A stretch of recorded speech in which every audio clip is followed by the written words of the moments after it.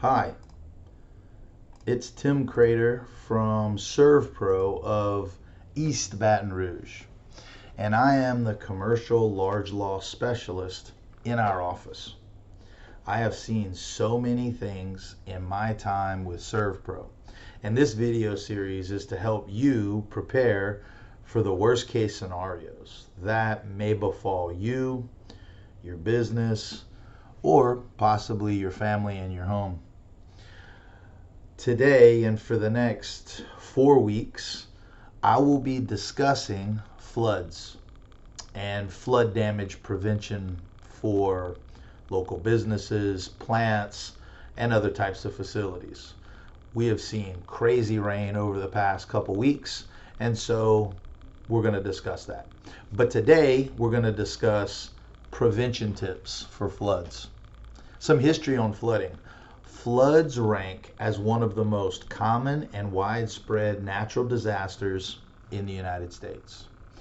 Whether you live near a coastline, along city streets, in the mountains, near a river, or even in a desert, there is always a potential for suffering flood damage, residentially and business-wise.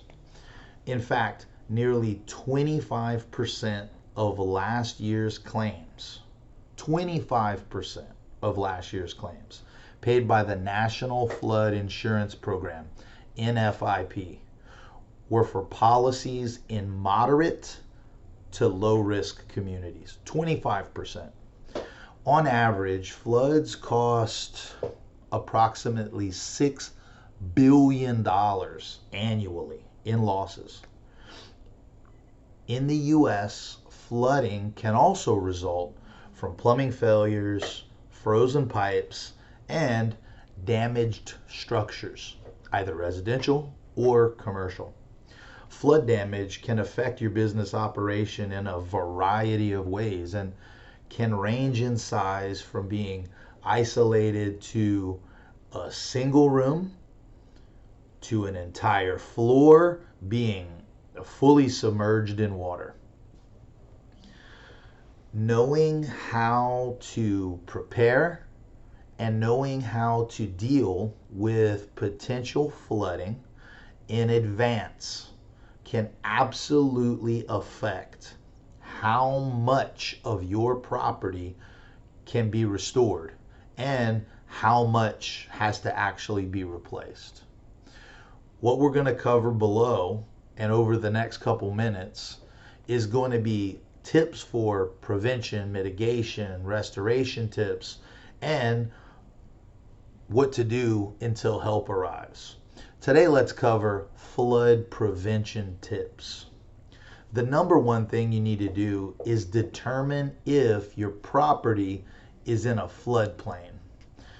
Not everyone knows if their property is specifically designated in a floodplain.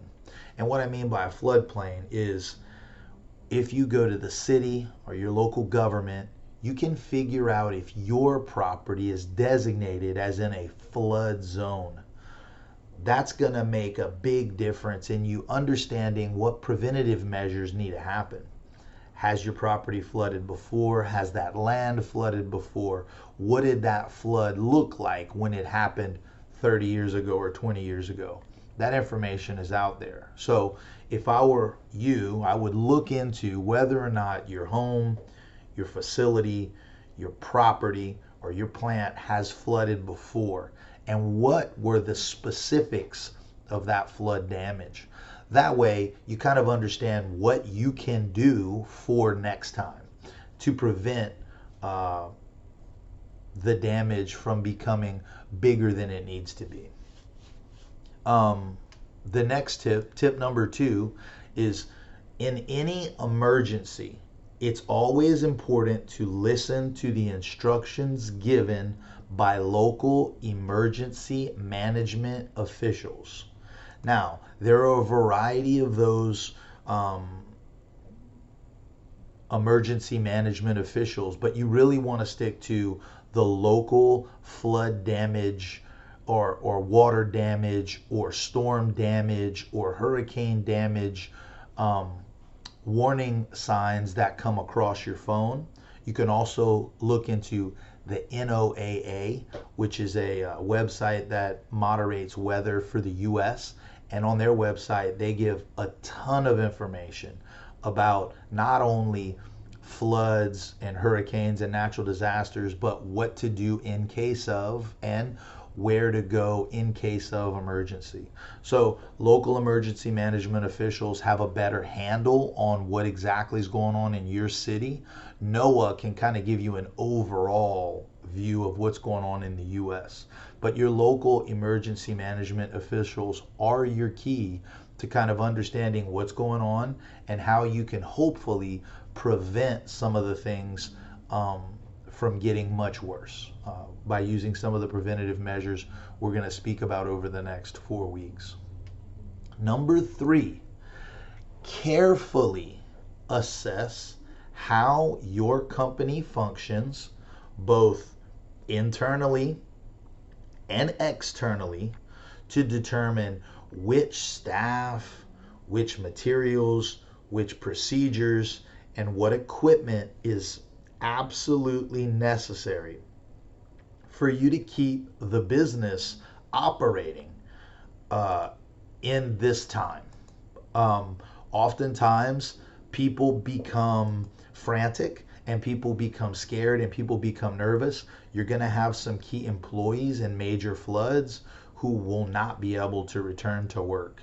And due to that, you need to understand who are the most essential employees in your business and come up with a SOP, a standard operating procedure for what are my essential employees, how do I get them back to work, what do we need to do to make sure we can maintain operations so we can maintain revenue. Those things are important to kind of understand and deal with before something like this happens. Obviously, you'll have employees who can do multiple roles, and identifying what are the key roles so that we can make sure production of whatever your type of business can be maintained at some level during, after, immediately following major natural disasters are important, because there are many businesses out there who, 30 days, 15 days, 21 days, a month going without any business can be detrimental. So understanding how your business operates and who are the key employees and who are the key essential personnel in the case of major flooding that we're going to need to get on site as soon as possible so that we can continue our business running is absolutely essential, and that takes planning. Number 4, plan what you're gonna do if your building, plant, store, facility is not accessible.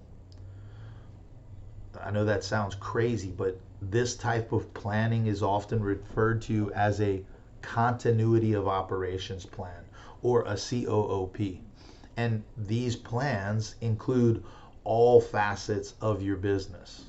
How are we going to maintain some level of business in the event that our facility is completely shut down?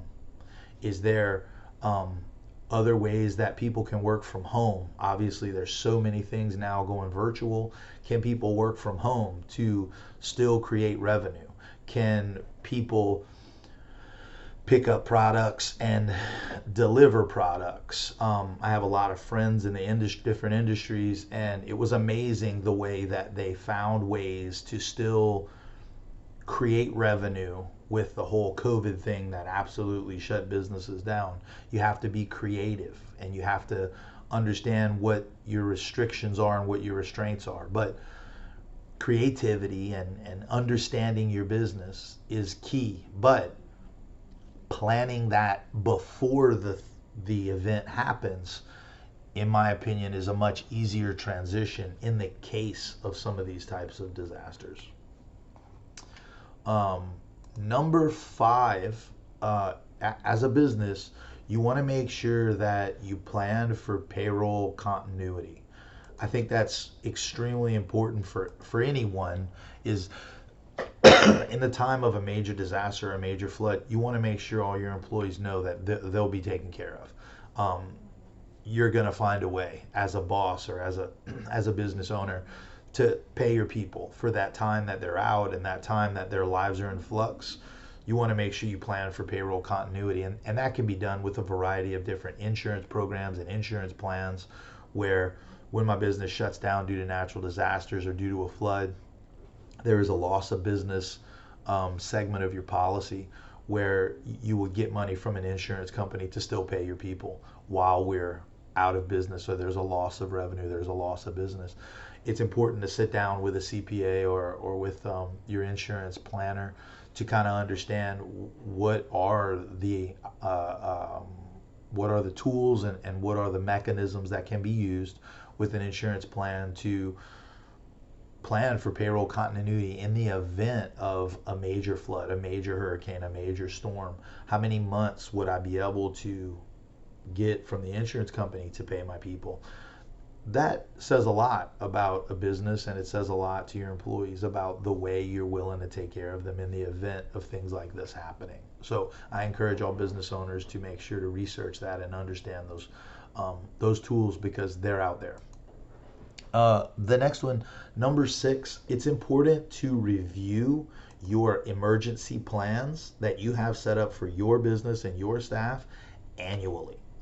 Just like you review your financials at monthly and other business changes you may have to your business, you review those over time, because your preparedness needs as a business are going to change. And they're going to change based off of you hiring new employees, you getting a bigger facility. They're going to change based off of new vehicles, new methodologies of revenue. Those things are going to change. And when those changes happen, you have to change your standard operating procedures for how you run your business. The functions of your business are going to change, and you're going to have procedures to handle those. And so in so many things, finances and insurances and HR, we review those policies regularly just to make sure that we're up to date with everything that needs to happen to keep our business running effectively in the case of changes. And as changes happen, we go through those SOPs. But one thing that a lot of people don't do is when it comes to an emergency readiness plan or a standard operating procedure for a major flood or a major hurricane damage, they never go through those things. They never understand that those things could happen. And oftentimes we're living in South Louisiana. It's not a question of if, it's a kind of a question of when. And so reviewing your emergency readiness plan, your flood prevention plan, your hurricane readiness plan, that should only take you about 20 to 30 minutes, and you should be going through that on a regular basis, preferably with an expert like me. We offer this service at ServPro for free. It's called Emergency Readiness Plan. We come out to your business, we look through everything, we kind of explain how things work, we get you an app set up. So in the event of any craziness happening, my phone's the first phone you call. I'm on site with our team, getting water out, minimizing the damage, and creating a work environment as soon as possible that looks like it never even happened. That is what you want in all aspects of your business, be they financial, be they marketing, be they product placement, be they whatever. You also want that in the case of emergencies, which absolutely happen in South Louisiana. And then last but not least, I want to cover a website that I think is important for everybody to follow if you have a business. It is www.ready.gov. Now, ready.gov is a ton of government information, but ready.gov/floods #prepare.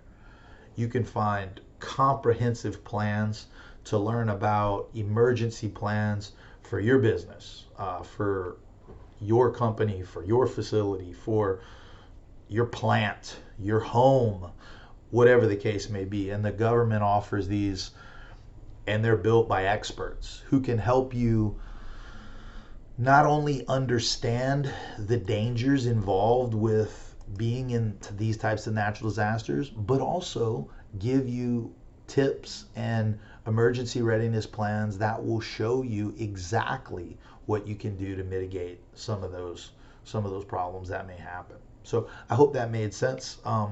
Those are our flood prevention tips. We're going to get into a little bit more substantial topics over the next 4 weeks, including before and after flood action steps. That's what I'll be doing next week. And then we're going to get into securing your property, stabilizing your property, who to call in the case of absolute craziness in an emergency.